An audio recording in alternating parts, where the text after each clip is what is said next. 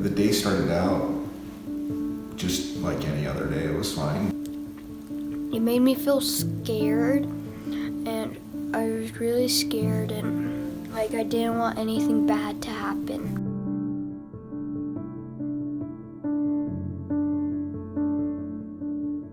So I was running down the field with my teammates. I was guest playing. It was really muddy and wet, and I remember being covered in mud.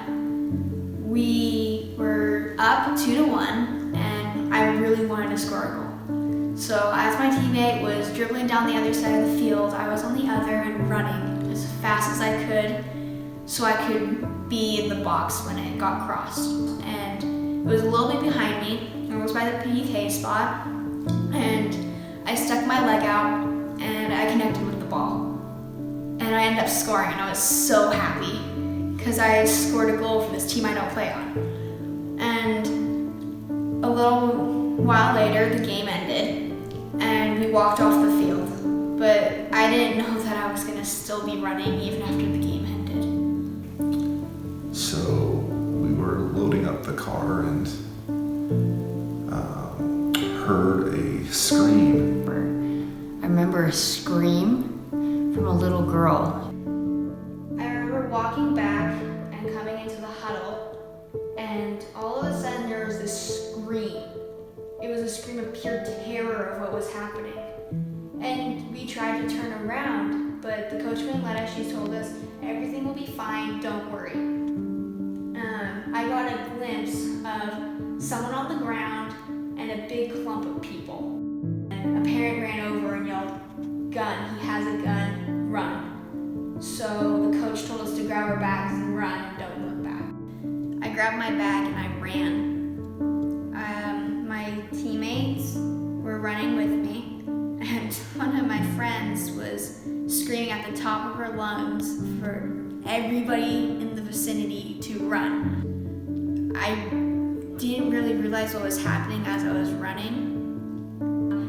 And we ran around a little pond that was at the rack, which was where we were playing. And we came to some more fields and ran across them. There was a fence at the end of the rack, and everybody was climbing over it. And we got over the fence, and I remember following some of my teammates, and there was a woman who was cleaning her house, and one of my teammates ran up to her and was like, "There's a guy with a gun, thank you for letting us use your house," and ran to the open door.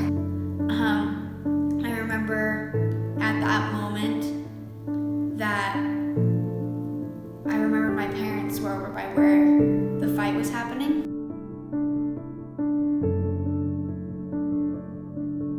So I approached a group thinking that I was going to just be a bystander to an already diffused fight that had broken out amongst a couple of people.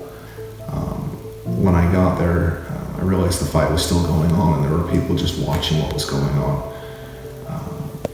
I then got into the back of the vehicle and pulled one of the people out that was in a fight while another parent pulled the other person out.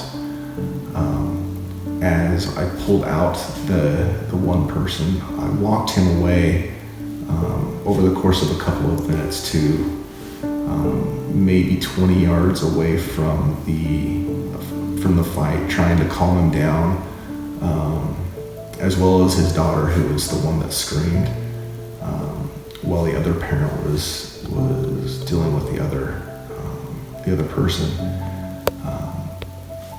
As I got away, I pulled the person away. There was a lot of commotion going on around us. One parent towards this point screamed "gun." At that point, I turned around and I saw the barrel of a gun in the back of a vehicle that one of the people in the fight, the other person in the fight, was trying to get out of his vehicle. I didn't actually connect the dots as to what was going on at that point, but Fortunately, the other parents kind of diffused that situation over there while I was diffusing the situation in front of me. At that point, once that was all kind of calmed down, I then took the person that I was diffusing and walked him completely away through the parking lot and actually to his vehicle to completely separate him from the situation. Took the feelings of what was an enjoyable morning to a rather, I guess, interesting conclusion. I learned that your decisions and choices can affect more than just yourself. They can affect everybody, and in this case, an whole entire soccer complex of people.